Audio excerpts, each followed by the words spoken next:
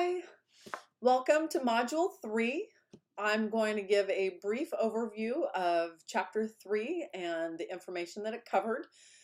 And hopefully you did well on your celebration of learning and knowledge for Chapters 1 and 2. So welcome to Chapter 3. Chapter 3 addresses issues pertinent to the family and how the early interventionists can form partnerships. According to a 2011 study by Turnbull, etc., a family is two or more people who regard themselves as family and who carry out functions that families typically perform. Within this broad definition, even broader possibilities exist in the form of race, culture, religious beliefs, social factors, cultural factors, family structure, geographic location, and sexual orientation. Because the vast majority of a child's first 5 years are spent surrounded by family, it is necessary that the EI view young children with disabilities within the context of the family system. In that regard, the partnership with the family is a vital factor for the child's success and the important role for the EI. The most effective partner-provider relationships are partnerships where communication, respect, trust, commitment, and equality come together in order to benefit the child. It's important that the EI helps the family feel comfortable with them and that they also help them understand that they're there to support the parents. The parents are the child's first teacher, and it's important that the EI support the family in understanding that. The family is really the expert for that child, yet the EI needs to guide them and support them with the knowledge and resources available. In that regard, family systems theory provides one avenue for understanding families' relationships, observations, and experience, and in turn that will help the EI work with the family to make adjustments to specific situations. Family systems theory provides a greater understanding of how the parts within the family make up the whole, and it comprises of three components. Family characteristics, so who people are as individuals, possible unique situations and circumstances, and the characteristics of the family as a whole. Family interactions, are they adaptable? Are they cohesive? Do they work together? Are they pretty much separated parts? And family functions. For example, do they show affection? How is self-esteem supported? And spiritual factors, economics, daily care, socialization. Are they introverted, extroverted? Do they do a lot of things with other people, other families? Recreation and educational goals, as well as the family life cycle. So where are they in the developmental stages and what transitions? Is there a new baby coming? Is an older sibling going off to college? Is grandma and grandpa moving in? All of those things can cause family dynamic issues. Those components also interact to contribute to the day-to-day functioning.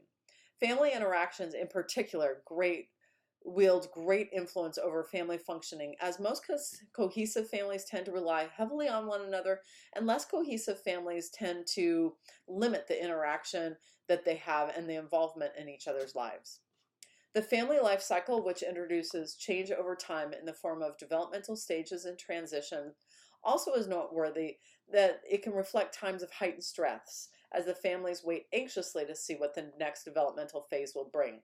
For the EI, it is during these times that providing family support is critical.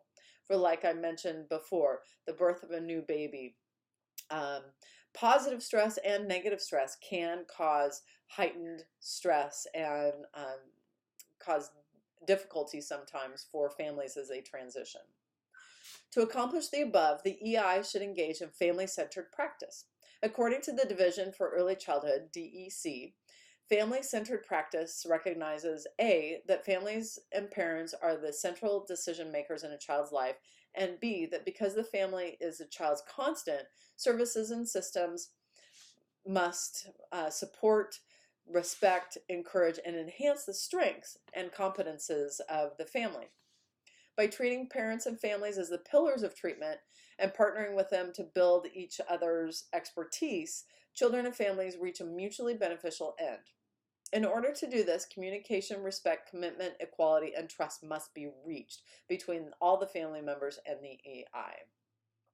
Furthermore, EIs who follow family practice provide information to families, like the types and sources of supports, and then encourage decision making based on the needs of the family as a whole, including the individual needs of the family, not just the child or the parents. Even if final decisions conflict with their own professional recommendations in order to do this, family-centered providers believe that all families have strengths and limitations. It is important that the EI focuses on building strengths in order to alleviate those limitations. And it's particularly important when the EI's beliefs differ from the family's beliefs. Now, I will say that at the center I'm at the school, it is difficult sometimes. Now, we're not EIs, but we often make recommendations. For example, suggesting that a child might need screening for early intervention. We had a family one year who it was important that we attempted to offer services to that family, and they decided to refuse. They decided that the child, it was a phase. The parent went through that kind of situation when they were younger. And so we had conversations around how did that go for the parent, and really tried to support what they knew and how they dealt with it, since they were unwilling to get support for the child. So even though we thought that needed to be done, they didn't want to do it. So we had to find other avenues to help them feel supported, to support the child, and to continue with development and growth with the kid. Additionally, IDEA, the Individual with Disabilities Educational Act, states that EI services for young children with special needs should be provided in natural environments alongside children without disabilities. Initially, the notion of natural environment focused on where services were provided. However, over the past 2 decades, focus has shifted from location of services to the activities.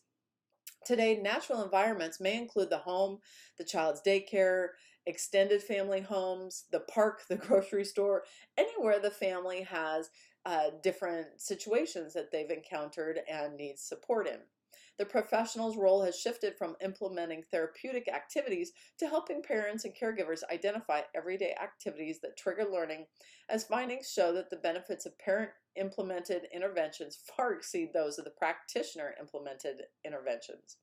Everyday activities based in contextually mediated practices, routine-based interventions, participation-based services, and primary provider model maximize learning opportunities for the child and the family. Building on prior activities and experiences creates a stronger developmental foundation and extends learning potential. My son had that speech delay that I've mentioned before, and it was really helpful when he first started. He's 21 now, but at 2.5 he was diagnosed with apraxia. He left off the beginning and ends of words.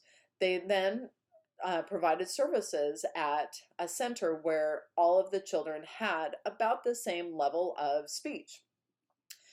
As he was progressing, they recognized that that model really wasn't the best model, and so they started bringing some typically developing children. Those typically developing children served as role models for the other kids, whether they really called them out or not, but being able to hear how the speech pattern should go was helpful. Then they realized, why are we taking this kid from their normal daycare to this other daycare when we can just provide services where the child is already with their friends while they're interacting there? So then my son didn't have to go anywhere. They came to us and worked with not only him individually, but also with his friends and in the situations where he was having difficulty using those words. So that really was very helpful for us. They gave suggestions for things that we could do at home when we were away from all the other children, and when he was interacting with his older brother. And so it just really helped that they were bringing that to kind of our natural environment. So the last thing about chapter 3 is that it talks about assisting in the development of those partnerships with families, and that EI practitioners can employ 3 assessment processes. Eco-mapping, a map or diagram of the family's connections, resource and supports, and the relative strength of each one. Routines-based interviews, where a semi-structured interview takes place between the EI practitioner and the family, that is used to establish a positive relationship through identifying and prioritizing a list of functional outcomes and relationship reflective questions, where the EI and the family can step back from the daily minutia in order to look at the experience as a whole. All three of these assessment strategies encourage the EI to elaborate with the family in learning to implement strategies in a more independent fashion. I would have to say that working with the EI that we did with my son, it was really helpful, because having a child with a special need is very scary. If you've never dealt with anyone like that before, it is all the unknown, and having someone to guide you through that, to help you learn how to better support your child.